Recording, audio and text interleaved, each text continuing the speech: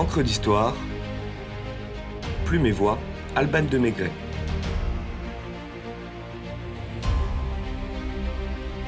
Flânerie littéraire à Constantinople.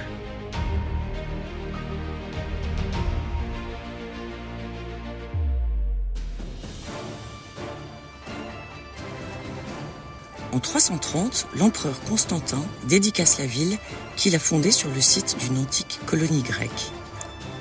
Byzance, Nova Roma ou encore la Nouvelle Rome est plus proche que Rome des provinces menacées par les barbares perses sassanides ou des Balkans. La ville, qui prendra le nom de Constantinople après la mort de l'empereur, sépare l'Europe de l'Asie, ainsi que le rappelle Daniel Rondeau dans Istanbul en 2002.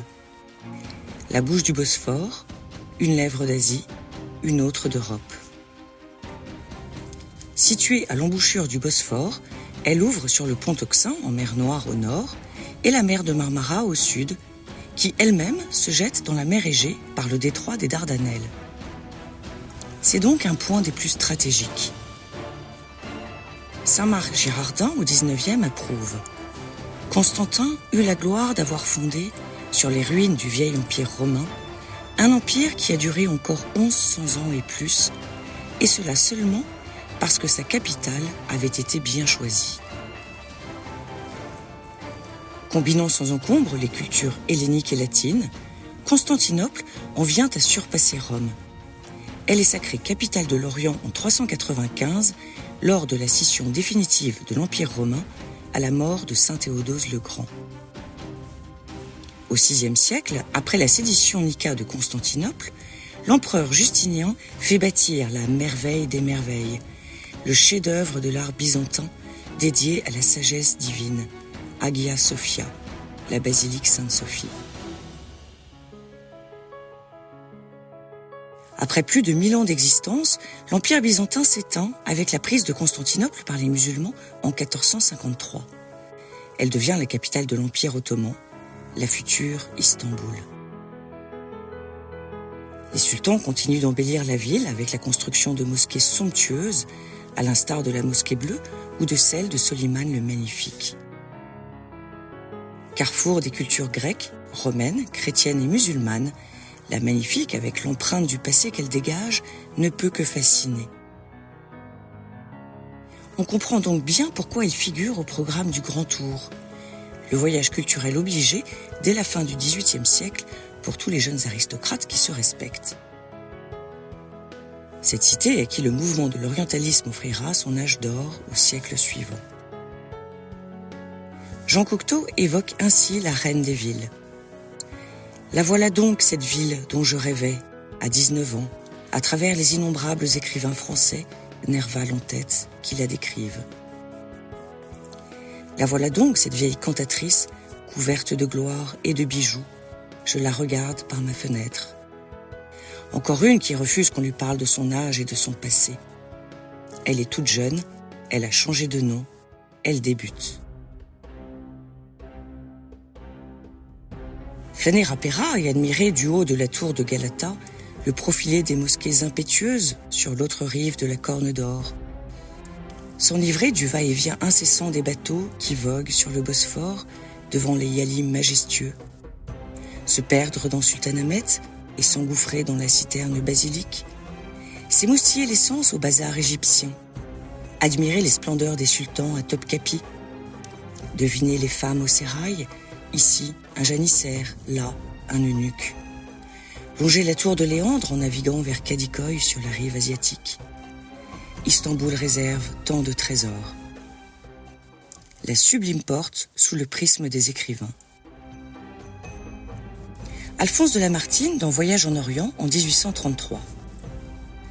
Vous avez à toutes les heures du jour et de la nuit le plus magnifique et le plus délicieux spectacle dont puisse s'emparer un regard humain.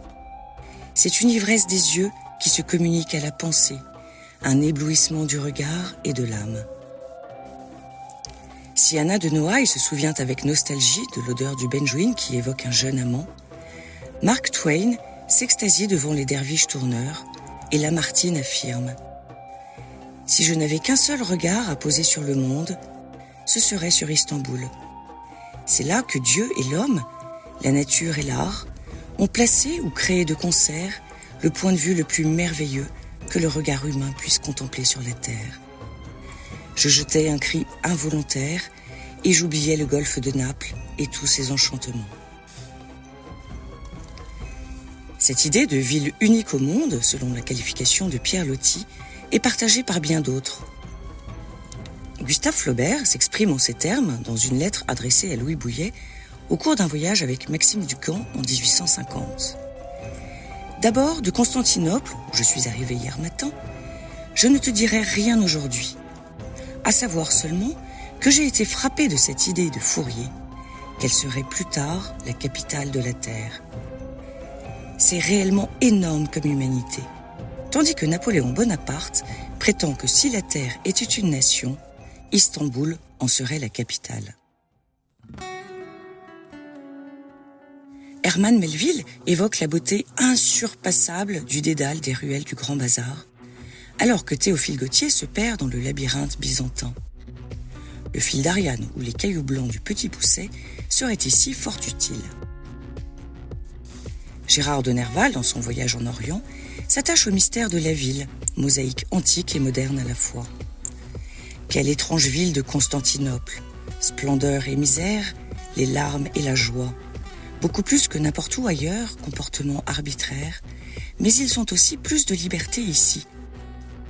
4 nations différentes vivent ensemble sans haïr les uns les autres.